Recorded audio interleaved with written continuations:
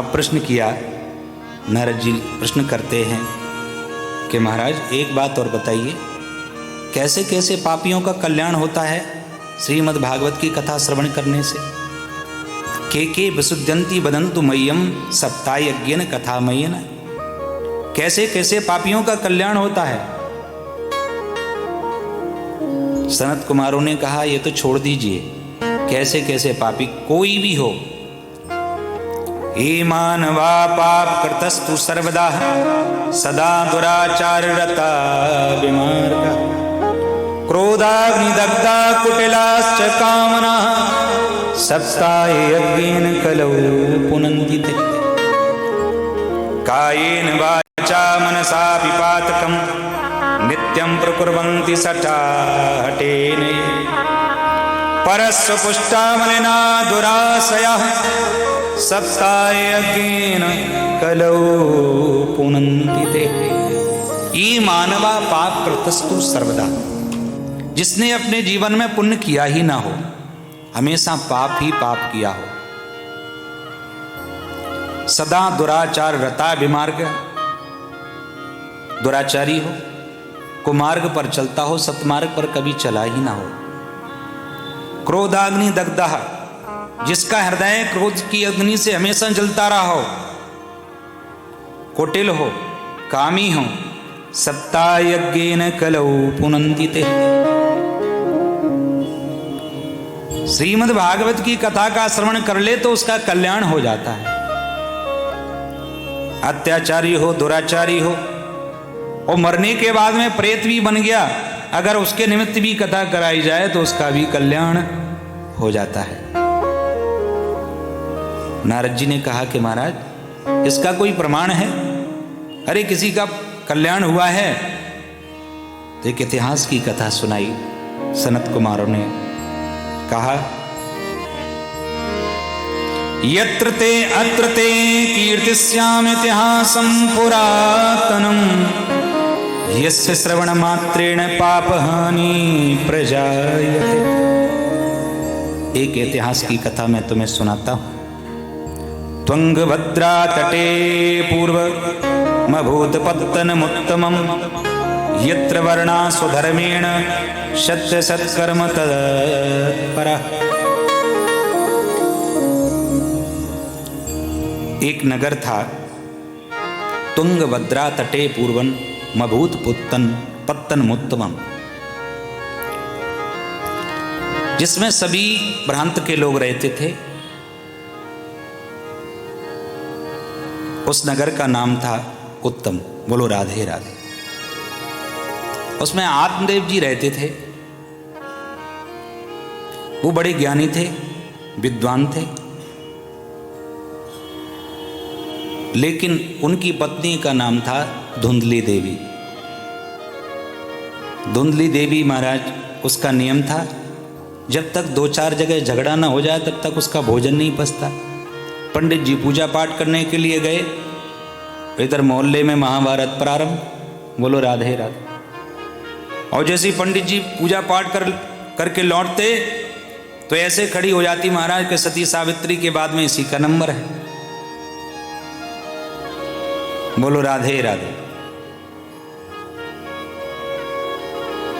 लेकिन पंडित जी के यहां कोई बालक नहीं है। जब तुलसी का बरवा लगाते हैं तो सूख जाता है।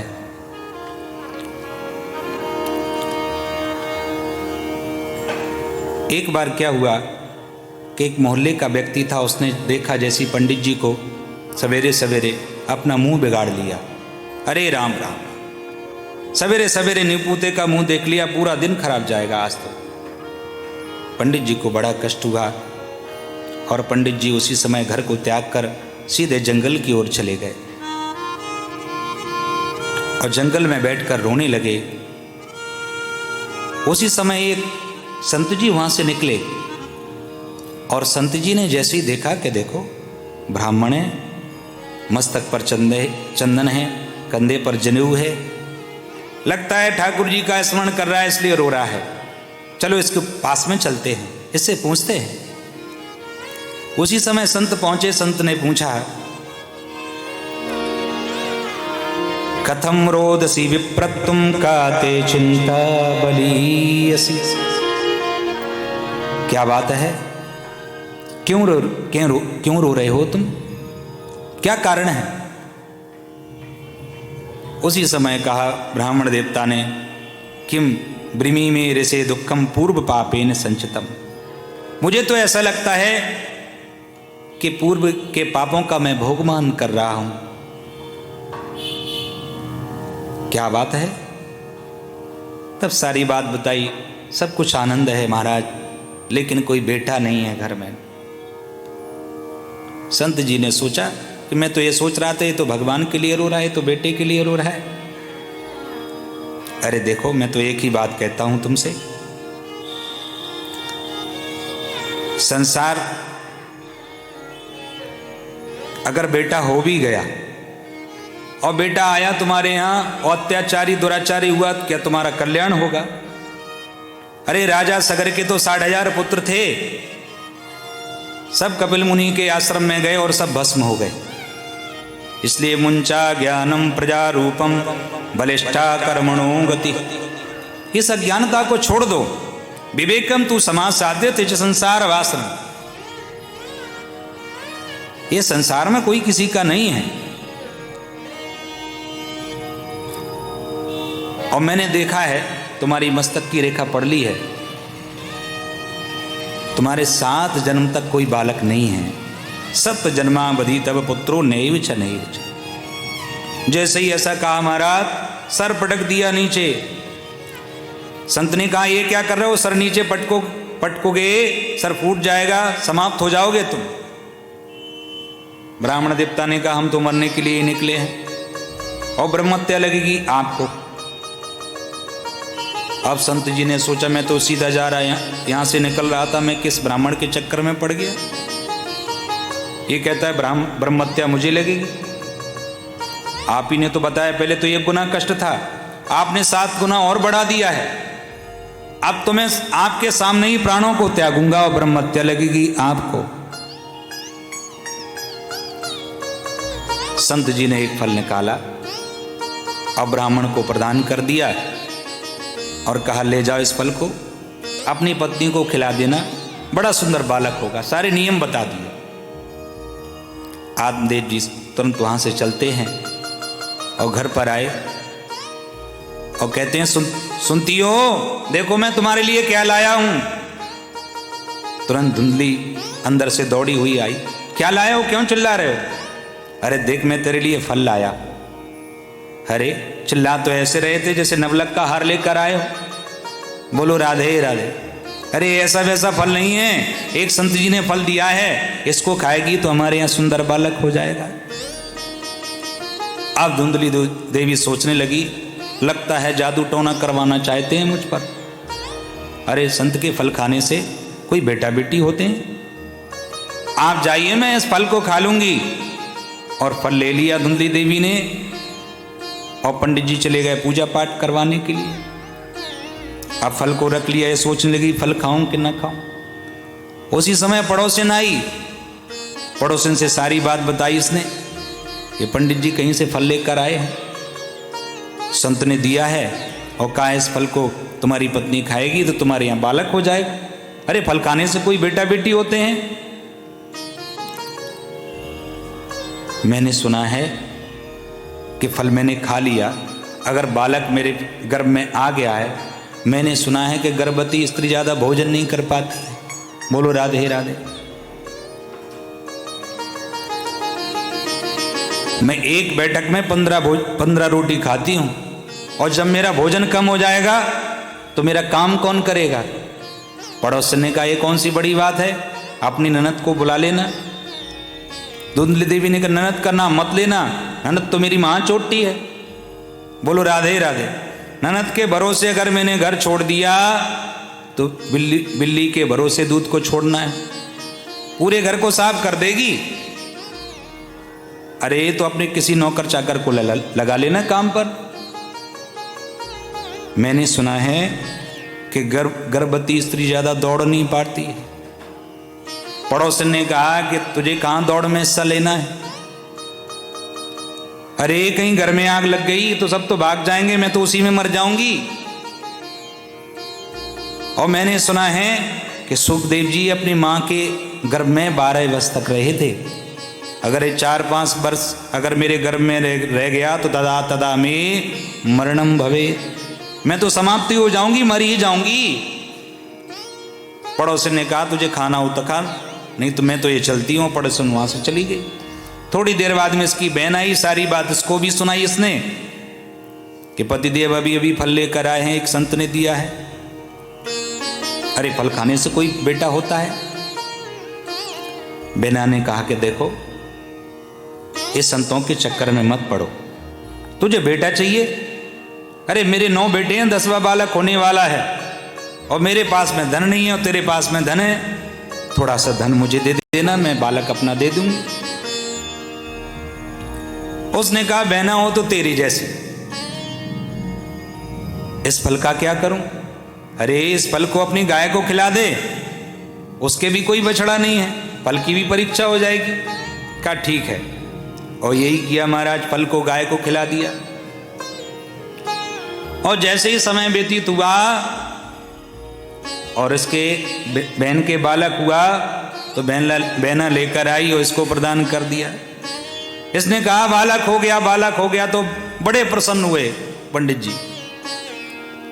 और तीसरे महीने में गाय के भी एक बालक हो गया। बोलो राधे राधे। जिसका पूरा शरीर मनुष्य जैसा और कान गाय जैसे। तो नामकरण किया पंडित जी ने। जो गाय का बालक था उसका नाम हुआ गौकर्ण। और जैसे ही अपने बालक का नाम रखने ही वाले थे, धुंधली देवी ने कहा वाह महाराज, 9 महीने पेट में मैंने रखा और नाम आप रखेंगे? नाम भी मैं ही रखूंगी। मेरा नाम धुंधली देवी और मेरे बेटे का नाम धुंधकारी। बोलो राधे राधे। अब धीरे धीरे दोनों बालक बड़े होने लगे। गौकर्ण जी तो बड़े ज्ञानी हुए और धुंधकारी महाखल हुआ। गौकर्ण पंडितो ज्ञानी, धुंधकारी महाखला। रास्ते में कोई बालक मिल जाता है तो ये उठाकर ले जाता है और कुएं में फेंक देता है, धुंधकारी। अब तो ये अत्याचार करने लगा, दुराचार करने लगा, धुंधकारी। मांस का भक्षण करने लगा, मदिरा का पान करने लगा। पंडित जी को बड़ा कष्ट हुआ। बैठे बैठे आत्मदेव जी रोने लगे। तो गौकर्ण जी ने कहा पिताश्री क्यों रो रहे हो, क्या बात है? बोले बेटा क्या करना चाहिए मुझे तो समझ में नहीं आता है। तो उसी समय बड़ा सुंदर ज्ञान दिया गौकर्ण जी। कहते हैं पिताश्री इस संसार में कोई सुखी नहीं है। न चिंद्रस्य सुखम किंचन न सुखम चक्रवर्तिना सुखमस्ति विरक्तस्य मुनिरेकांत जीवना। न चेन्द्रस्य सुखम, इंद्र भी सुखी नहीं है। कोई यज्ञ करता है, तपस्या करता है, इंद्र को भी बड़ा कष्ट होता है। कहीं ये सतक्रतु न बन जाए, कहीं ये सोयज्ञ ना कर ले। ना सुखम चक्रवर्ती, ना चक्रवर्ती राजा भी सुखी नहीं है। उसे भी ये लगता है कहीं दूसरा राजा मेरे ऊपर आक्रमण ना कर दे। सुख मस्ती विरक्तस्य मुनिरेकांत जीवना। जो एकांत में भगवान का भजन कर रहे हैं, संत अमलात्मा बिमलात्मा मुनींद्र जन, केवल वही सुखी हैं। और संसार में कोई सुखी नहीं है। कोई तन दुखी, कोई मन दुखी, कोई धन बिन रहते उदास। थोड़े थोड़े सब दुखी, सुखी राम के दास। सुखी राम के दास और सब उदास। बोलो राधे राधे। सुखी तो केवल वही है जो भगवान का भजन करते हैं, बस। और पिताश्री संसार में कोई सुखी नहीं है।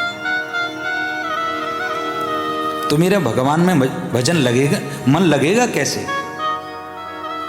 गौकर्ण जी कहते हैं पिताश्री सबसे पहले देह का जो अभिमान है उसको त्याग दीजिए।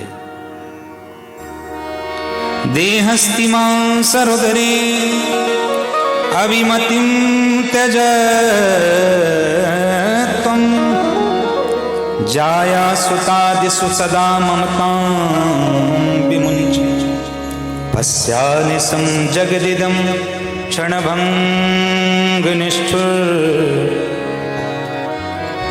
वैराग्य राग रसिको भवभक्तिनिष्ठः पश्यानिशं जगदिदं क्षणभङ्गनिष्ठं वैराग्य राग रसको भक्तिनिष्ठा।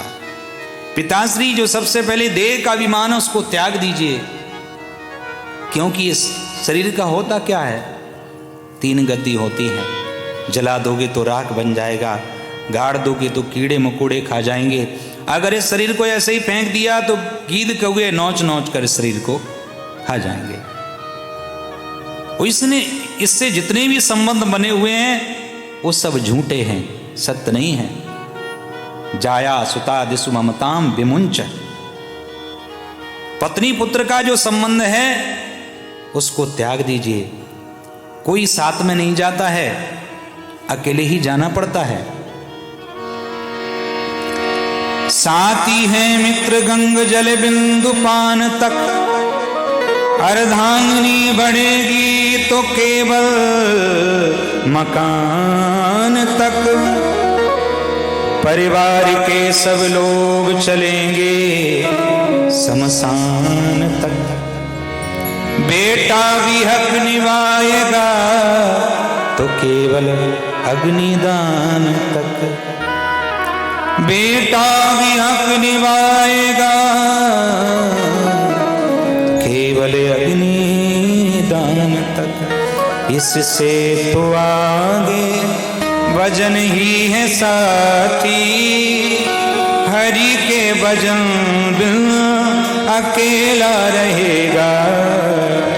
इससे तो आगे भजन ही है साथी, हरि के भजन बिन अकेला रहेगा। मेरे मन ये 2 दिन का मेला रहेगा, कायम न जग का झमेला रहेगा। मेरे मन ये 2 दिन का मेला रहेगा, कायम जग का झमेला रहेगा। तेरे मन ये 2 दिन का मेला रहेगा, कायम न जग का झमेला रहेगा। मेरे मन ये 2 दिन का मेला रहेगा, कायम जग का झमेला रहेगा। हरे कृष्ण कृष्ण कृष्ण हरे हरे, हरे राम राम राम हरे हरे। हरे कृष्ण कृष्ण कृष्ण हरे हरे, हरे राम राम राम हरे हरे। हरे कृष्ण कृष्ण कृष्ण कृष्ण हरे हरे, हरे राम राम राम हरे हरे। हरे कृष्ण कृष्ण कृष्ण हरे हरे, हरे राम राम हरे हरे। हरे कृष्ण हरे। कोई किसी के साथ में नहीं जाता है, अकेले ही जाना पड़ता है। तो पिताश्री जो संसार के संबंध है वो सब झूठे हैं। देहस्तिमान सरुद्रे अभिमतिम तज, जाया सुतादिषु सदा ममतां विमुञ्च पश्यानिशं जगदिदं क्षणभंग निष्ठम। ये संसार जो है एक ना एक समाप्त होने वाला है। वैराग्य राग रस को भवभक्ति निष्ठा, वैराग्य को स्थापित कीजिए अपने हृदय में। धर्मम वजस सततम त्यजलोक धर्मान, ये लौकिक जो धर्म है उसको त्याग दीजिए। सेवस्व साध पुरुषान जही काम तृष्णा, अन्यस्य दोष गुण चिंतन मासु मुक्त्वा। अन्यस्य दोष, ना तो किसी के अंदर दोष देखो और ना किसी के अंदर गुण देखो। बोलो राधे राधे। भाई दोष तो नहीं देखना चाहिए किसी के अंदर, लेकिन गुण भी ना देखो। गुण इसलिए ना देखो, कभी कभी किसी के अंदर गुण दिखाई दिए आपको तो प्रेम भी हो सकता है। इसलिए ना तो किसी के अंदर दोष देखो ना ही गुण देखो। जब गुण दिखाई नहीं देंगे तो प्रेम होगा नहीं, किसी से दूरी रहेगी। केवल प्रेम करो भगवान से।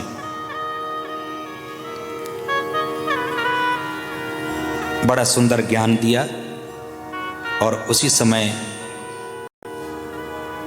आत्मदेव जी वहीं से चले गए और श्रीमद् भागवत के 10वें स्कंद का पाठ किया और उनका कल्याण हुआ। इधर गोकर्ण जी भी तीर्थ यात्रा के लिए चले गए। अब केवल माँ और बेटे ही घर पर। तो माँ को मारता है धुंधकारी, धन मांगता है। जब माँ नहीं देती तो माँ को मारने लगता है। एक दिन क्या हुआ, रात्रि में जाग कर गई माँ और कुएं में कूद गई, अपने प्राणों को त्याग दिया। अब तो धुंधकारी ने महाराज 5 वेश्याओं को अपने पास में रख लिया। चोरी करने लगा, डकैती डालने लगा। एक बार एक राजा के यहां से बहुत धन लेकर आया और वेश्याओं को दिया। वेश्याओं ने कहा कि हमें लगता है किसी राजा का धन चुरा कर लेकर आया है, और ये भी पकड़ा जाएगा और हम भी पकड़ी जाएंगे। क्या करना चाहिए? आपस में चर्चा की तो पहले तो मदरा का पान कराया। उसके बाद में जब वो चारपाई पर लेट गया तो उसी चारपाई से बांध दिया उन वेश्याओं ने। एक वेश्या ने इशारा किया दूसरी वेश्या की तरफ, तो अंदर जाती है। चूल्हे में आग पड़ी हुई थी, उसको भर कर लेकर आई और उसके मुंह पर डाल दी, मुंह में उड़ेल दिया। चिल्लाया, चिल्लाते हुए अपने प्राणों को उसने त्याग दिया धुंधकारी ने। वहीं पर गड्ढा खोदा और वहीं पर उसको दबा दिया और 5 वेश्याएं वहां से धन लेकर और चली गई। इधर गोकर्ण जी तीर्थ यात्रा से लौटते हैं। रात्रि का समय था। वो पहुंचे अपने मकान में, बैठे हुए थे, वो भजन करने लगे। जो संयमी पुरुष होते हैं वो रात्रि में बैठकर ठाकुर जी का भजन करते हैं।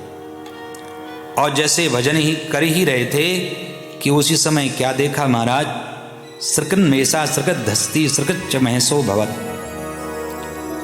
क्या देखा? एक भेड़ का बच्चा दिखाई दिया और देखते ही देखते महाराज हाथी बन गया और अग्नि प्रकट हो गई।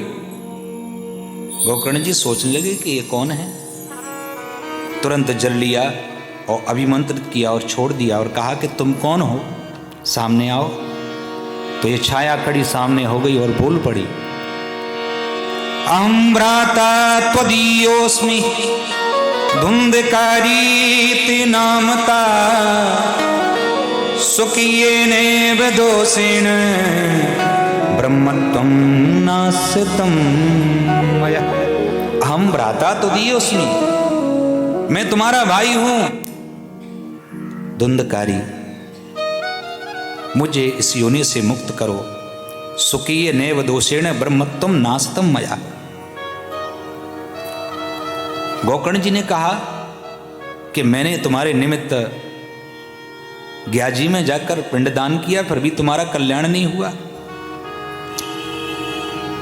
तो कहता है, गया श्राद्ध सते नापी मुक्तर में न भविष्यति। 100 बार भी मेरे पिंडदान करोगे तो भी मेरा कल्याण नहीं होगा। आप कुछ करिए कि मेरा कल्याण हो जाए। तब प्रातः काल हुआ, प्रातःकाल होते ही भुवन भास्कर सूर्य भगवान को प्रणाम किया गोकर्ण जी ने और कहा, आप ही मेरा मार्ग प्रशस्त करें कि मुझे क्या करना चाहिए। तब सूर्य भगवान कहते हैं, श्रीमद् भागवतान मुक्ति सप्ताह वाचनम कुरु। श्रीमद् भागवत से ही इसका कल्याण होगा। बड़ी सुंदर मंच बनाई, उस पर विराजमान हुए गोकर्ण जी। अब हवा है महाराज कहाँ बैठे, तो एक सप्त ग्रंथि का बांस था, उसी में जाकर एक विराजमान हो गया। और पहले दिन की कथा समाप्त हुई तो प्रथम ग्रंथि का भेदन हो गया, फट गई प्रथम ग्रंथि। दूसरे दिन की कथा समाप्त हुई तो दूसरी ग्रंथि फट गई। इसी प्रकार जैसे सप्तम दिवस की कथा समाप्त हुई तो सातों ग्रंथियां फट गईं और सुंदर रूप में परिणत हो गया और सामने खड़ा हो गया। बोलो भक्त वत्सल भगवान की जय। दिव्य रूप धरो जातस तुलसी दाम मंडिता, पीतवासा घनश्यामो मुकुटी कुंडलांबिता। बोलो भागवत महापुराण की जय।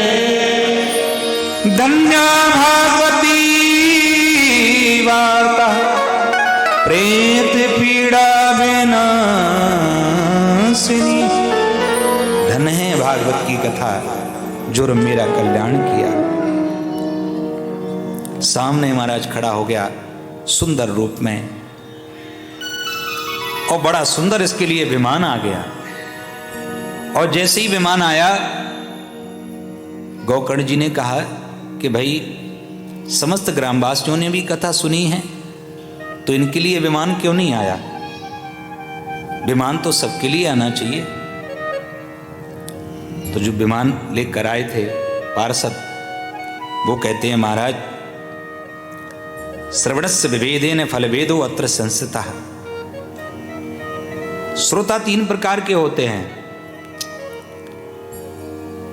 एक होते हैं सच्चे श्रोता जो मन लगाकर कथा को श्रवण करते हैं, और एक होते हैं सर्वोता जो कथा में तो आएंगे लेकिन मन नहीं लगेगा कथा में, तो आपस में बातचीत करेंगे।